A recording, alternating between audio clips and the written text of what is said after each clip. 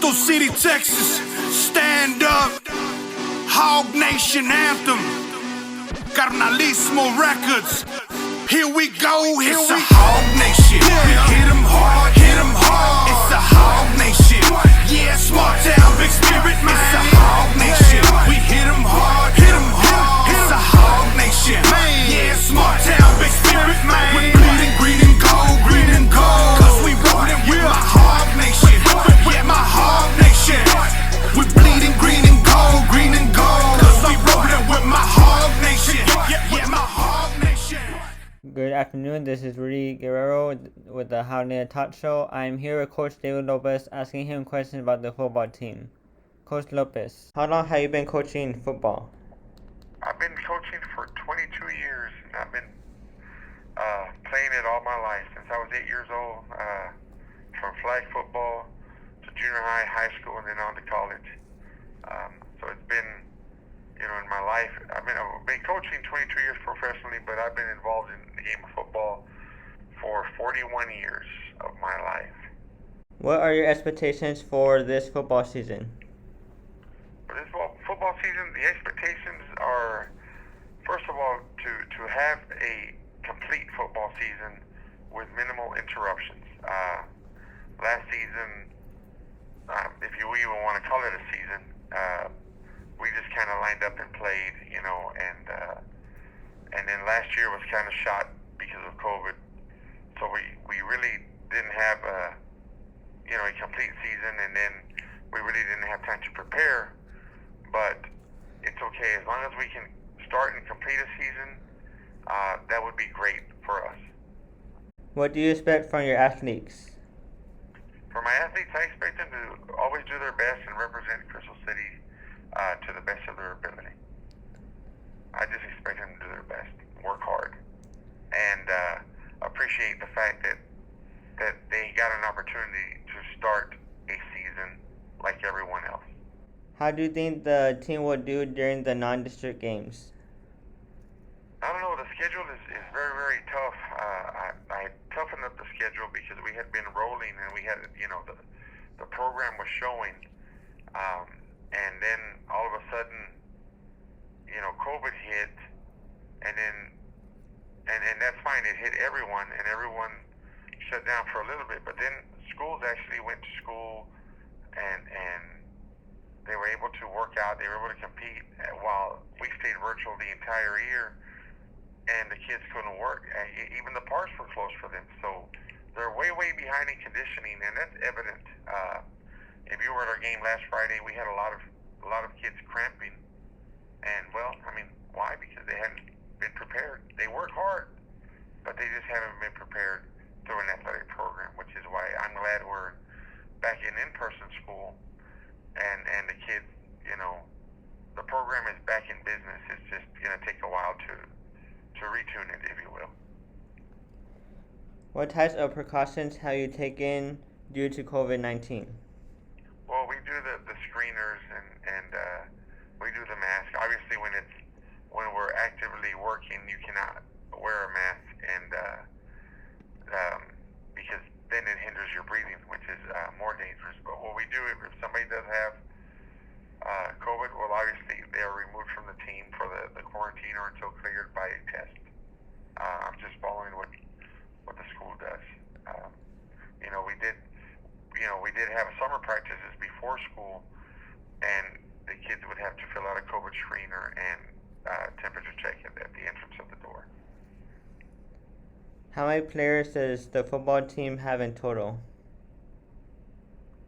Total for varsity or varsity and JV? For the program or just the varsity team? The varsity team. The varsity team, we have about 42 players. How do you feel about the district we are in? I think it's a very competitive district. It's a tough district. Carrizo probably fielding their best team ever. Hondo's always strong. Divine is always strong. And Bandera is always a great matchup. And, everybody, Pearsall, everybody is even. But with the advantage given to Divine and Divine, Hondo, and Carrizo this year, just on the class of the kids that they have. As far as Carrizo, I know this is the class everybody's been waiting for. It's a good group of kids, the seniors. But any Friday, anybody could beat anybody, and that's what I like. We're strong as far as senior leadership. My only concern is the year that we missed. But like I told you, the expectations are high. The kids expect it from themselves, and we're going to go out and compete every night. So I think our district is right where it needs to be. I think it's a pretty strong district for this region. Which team do you think will be the toughest? The team in district or just throughout the season? District. In district, the team that'll be toughest to beat, you can flip a coin. Take your pick. It could be Divine. It could be Hondo. They finished 1-2 last season. But then at the same time, you can't count Carrizo out because they've got a good thing going. And like I mentioned earlier, they got a great class. Bandera, we barely beat them last year. Beat them with 6 seconds left, which was a great game. But they're rebuilding, and Pearsall is really, really competitive. And we didn't get the chance to play them last year because of COVID. We didn't get a chance to play Hondo because of COVID. So really, it's up in the air. Take your pick, and that's probably going to be the toughest team. So basically, our kids are in for a tough game every single week. Which team do you look forward to playing and why? Well, I look forward to playing.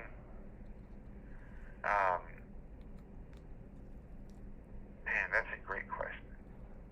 There's so many teams. I want to play. I'm looking forward to playing.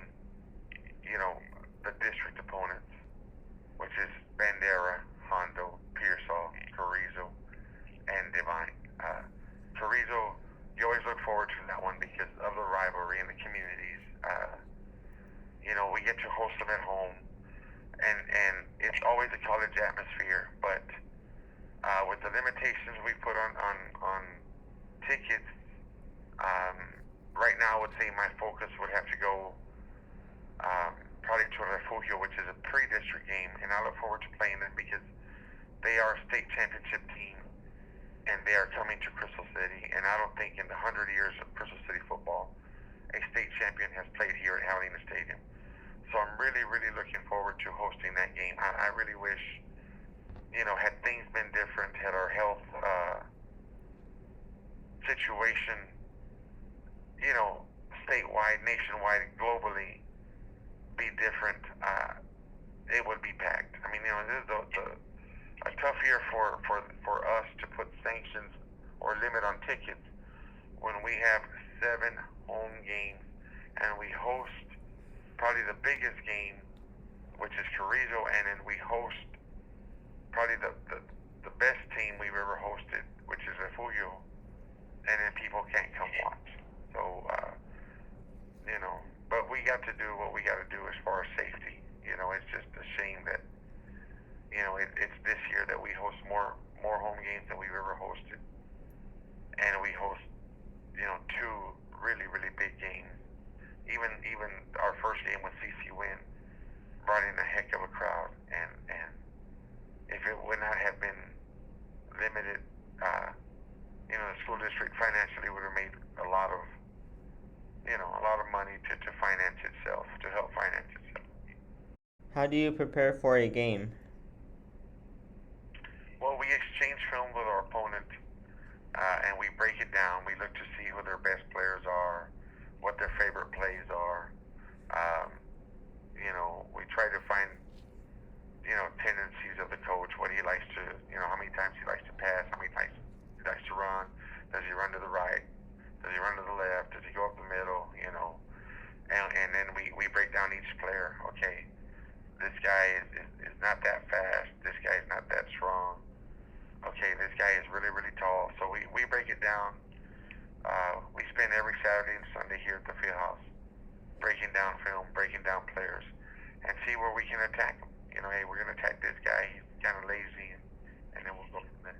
Thank you, Coach Lopez. Thank you, Rudy. Appreciate it. Crystal City, Texas, stand up. Hog Nation anthem. Carnalismo Records. Here we go, it's a Hog Nation. We hit 'em hard, hit 'em hard. It's a Hog Nation. Yeah, small town, big spirit, man. It's a Hog Nation. We hit 'em hard, hit 'em hard. It's a Hog Nation. Yeah,